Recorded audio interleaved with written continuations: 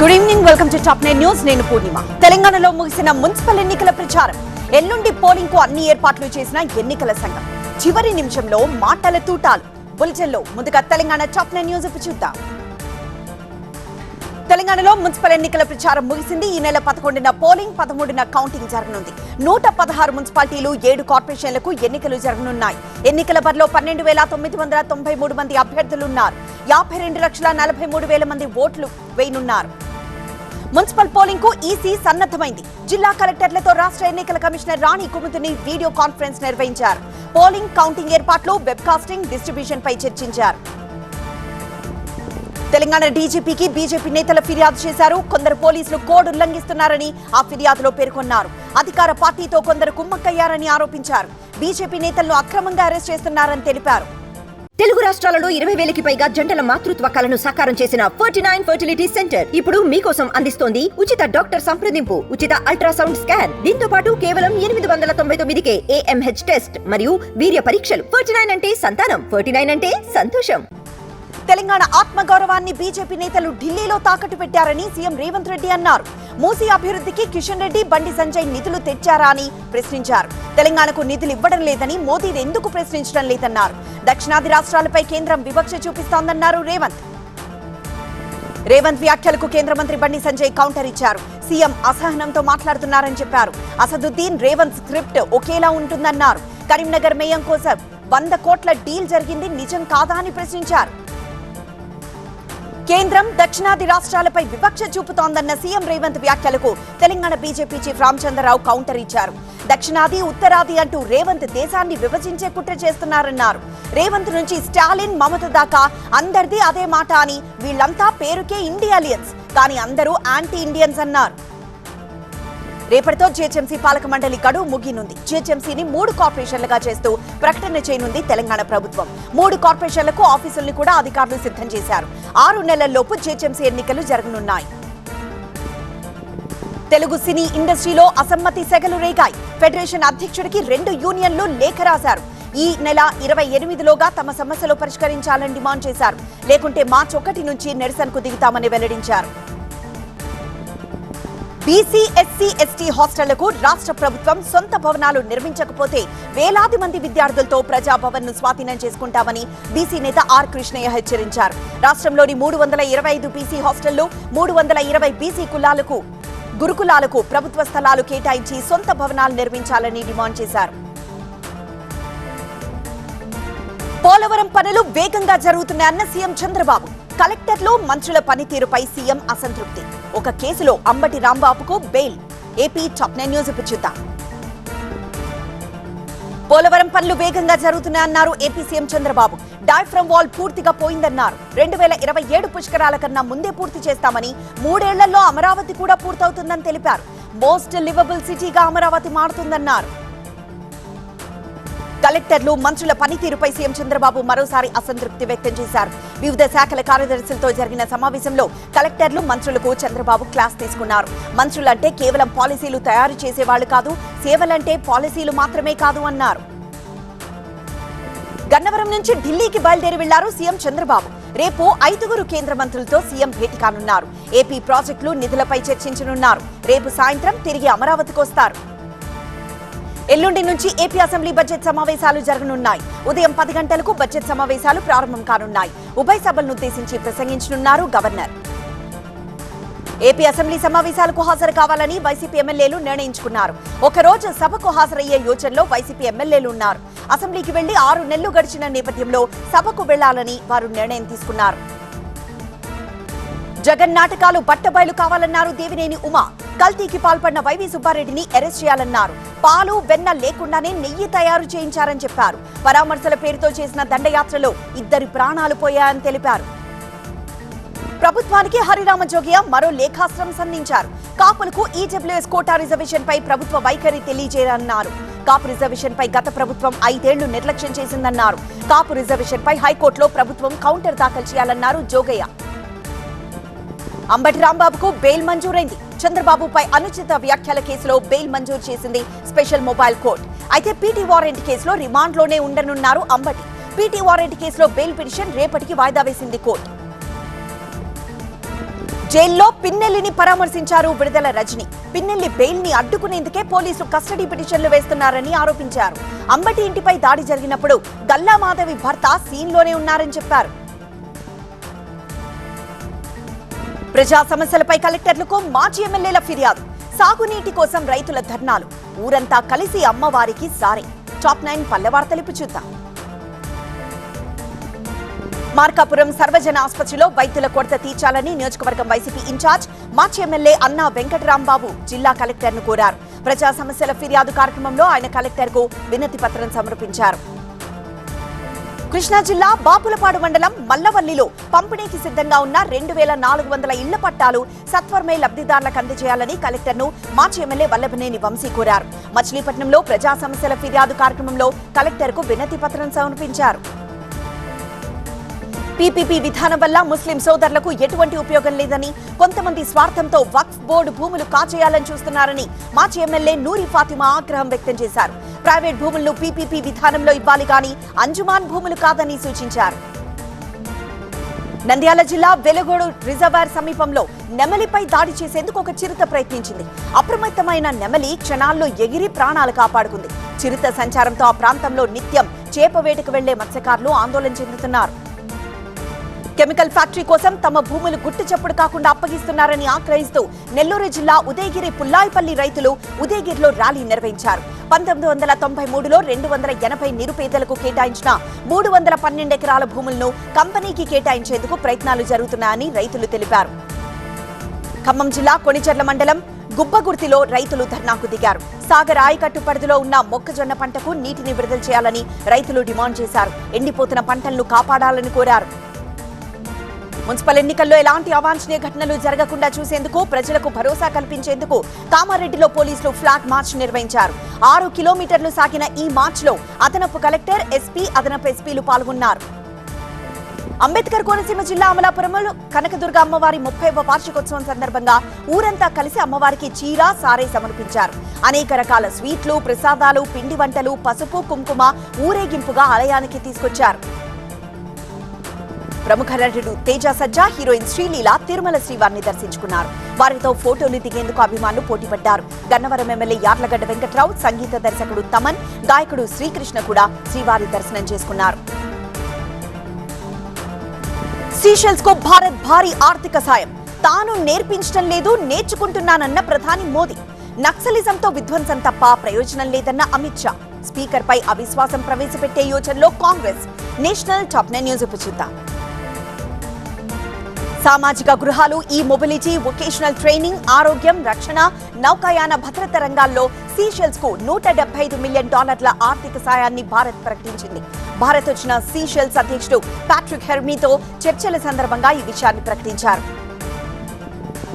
ఈ ఏడాది జరిగే తమ దేశ 50వ స్వాతంత్ర వేడుకలకు ముఖ్య అతిథిగా రావాలని ప్రధాని మోదీని సీషెల్స్ అధ్యక్షుడు ప్యాట్రిక్ ఆహ్వానించారు. ప్రధాని మోదీతో ఉమ్మడి మీడియా సమావేశంలోనే ఆయన ఆహ్వానం అందించారు. విద్యార్థుల జీవితాలను తీర్చిదిద్దడంలో ఉపాధ్యాయులది కీలక పాత్ర అని ప్రధాని మోదీ అన్నారు. తన ఎదుగుతున్న రోజుల్లో తన టీచర్ల ప్రభావం తనపై చాలా ఉందని గుర్తు చేసుకున్నారు. విద్యార్థుల్ని విజయం వైపు నడిపించడంలో ఉపాధ్యాయులు, తల్లిదండ్రులది ముఖ్య భూమిక అని తెలిపారు. నేర్చుకునేందుకే తాను విద్యార్థులతో మాట్లాడుతున్నాను, బోధించేందుకు కాదని ప్రధాని మోదీ అన్నారు. పరీక్షపై చర్చ 2వ ఎపిసోడ్లో ఆయన దేవ్ మోగ్రా, కోయంబత్తూర్, రాయ్పూర్, గౌహతి, ఢిల్లీ విద్యార్థులతో మాట్లాడారు. టెక్నాలజీకి బానిసలు కావద్దని, మన సామర్థ్యాన్ని పెంచుకునేందుకు టెక్నాలజీని ఉపయోగించుకోవాలని విద్యార్థులకు ప్రధాని మోదీ పిలుపునిచ్చారు.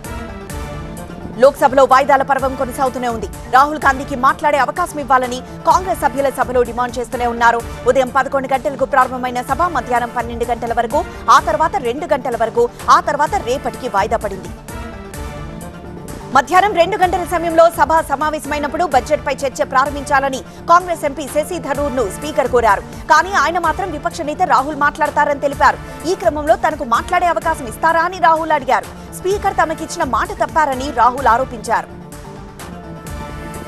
రాహుల్ గాంధీకి సభలో మాట్లాడే అవకాశం ఇవ్వకపోవడాన్ని నిరసిస్తూ స్పీకర్ ఓం బిర్లాపై అవిశ్వాస తీర్మానం ప్రవేశపెట్టాలని కాంగ్రెస్ సమాలోచనలు చేస్తోంది.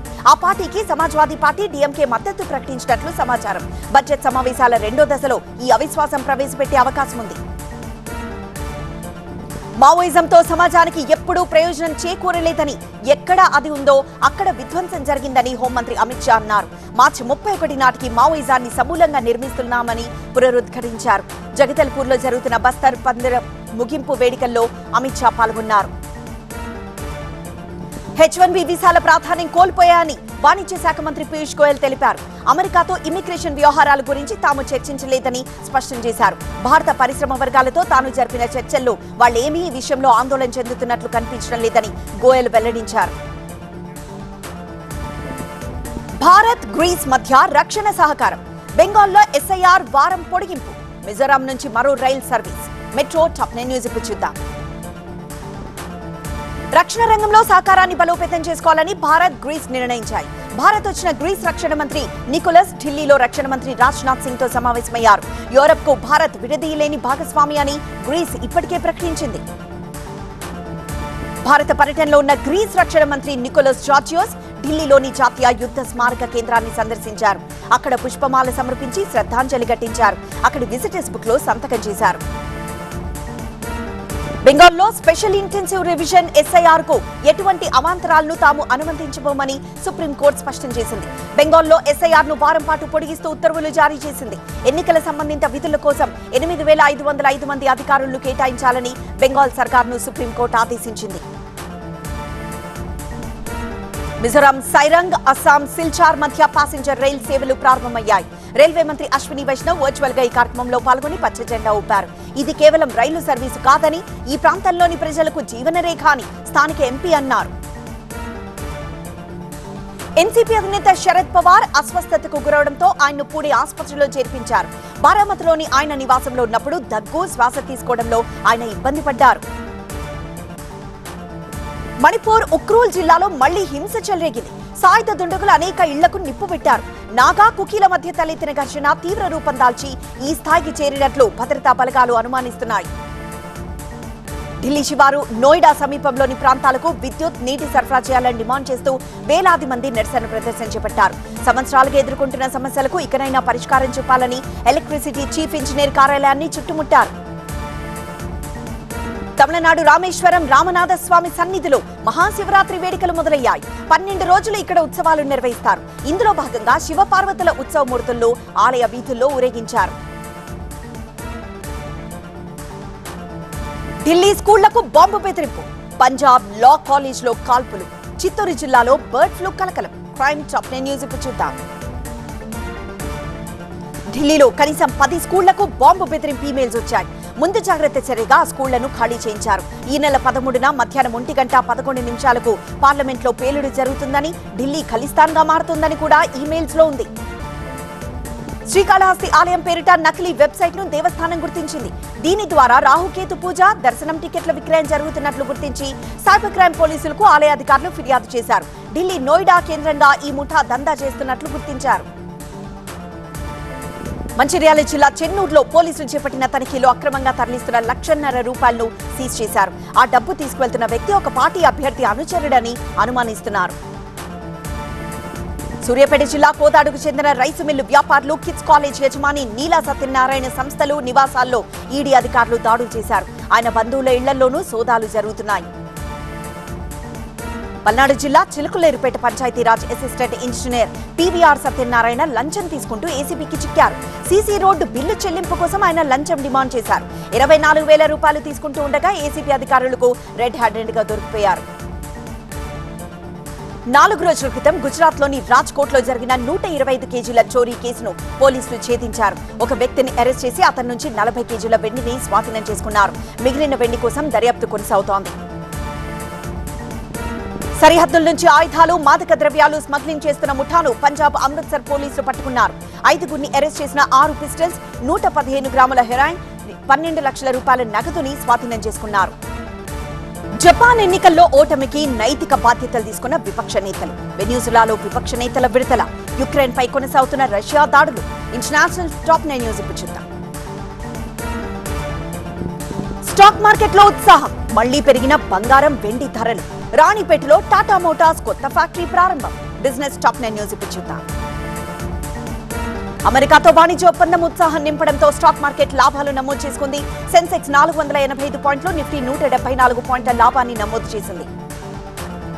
బంగారం ధరలు మళ్లీ పెరిగాయి. హైదరాబాద్ మార్కెట్లో 24 క్యారెట్ల బంగారం 10 గ్రాముల ధర 1,57,910 రూపాయలకు చేరింది. రూపాయి పతనం కొనసాగుతూనే ఉంది. దేశీయంగానే కాదు, విదేశీ సంస్థల నుంచి కూడా మద్దతు లేకపోవడంతో రూపాయి ట్రేడింగ్ ఒడిదుడుకుల మధ్య సాగింది. 90.74 దగ్గర ముగిసింది. భారత్ అమెరికా మధ్య కుదిరిన వాణిజ్య ఒప్పందంతో రానున్న 3 ఏళ్లలో తమిళనాడు నుంచి దుస్తుల ఎగుమతులు 30,000 కోట్ల రూపాయలకు చేరుతుందని తిరుపూర్ వ్యాపారులు అంచనా వేస్తున్నారు. ఈపీఎఫ్ నిధులను ఖాతాదారులు విత్డ్రా చేసుకునేందుకు వీలుగా ఈపీఎఫ్ఓ సంస్థ కొత్త యాప్ తీసుకురాబోతోంది. మార్చి చివరి నాటికి ఇది అందుబాటులోకి రావచ్చు. దీన్ని బీమ్స్ యాప్, యూపీఐ యాప్స్ ను లింక్ చేసుకోవచ్చు.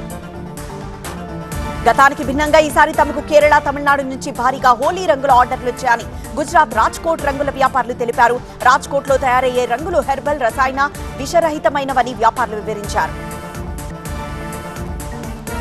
తెలుగు రాష్ట్రాలు, దేశ విదేశీ విశేషాల న్యూస్ టెన్షన్ టాప్ 9 న్యూస్ ఇప్పుడు చూద్దాం.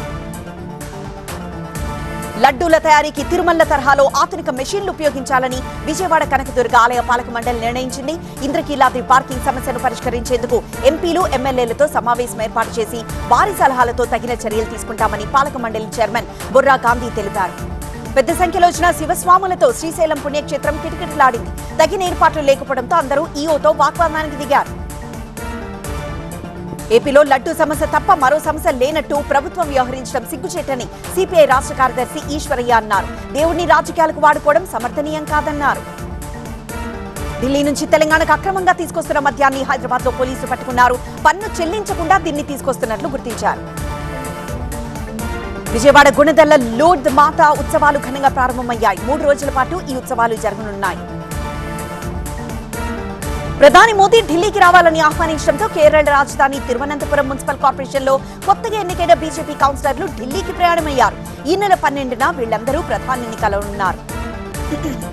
తన మీద కేసు పెడితే అరెస్ట్ చేసుకోవచ్చు, ఇందులో ఇబ్బంది ఏంటని అస్సాం సీఎం హిమంత బిశ్వ శర్మ స్పష్టం చేశారు. తనకు ఏ వీడియో గురించి తెలియదన్నారు.